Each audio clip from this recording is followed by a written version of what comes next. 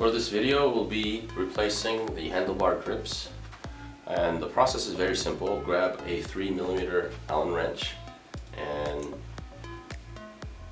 loosen the 2 screws that are holding on each ends of the handlebar grips. Once that's done, simply pull it out, and the trick is there is an end cap that will need to come out with it. So the best way is to grab the end of the handlebar and then gently pull out like so that the end cap comes out with it. Grab your replacement with the end cap and reverse the process.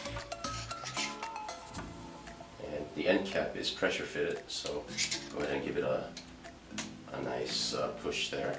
First, feel out. This is formed to a handlebar grip relative to your brake position.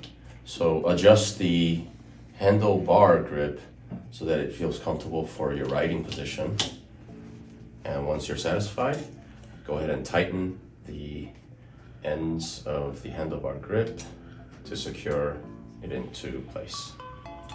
And that concludes the handlebar grip replacement.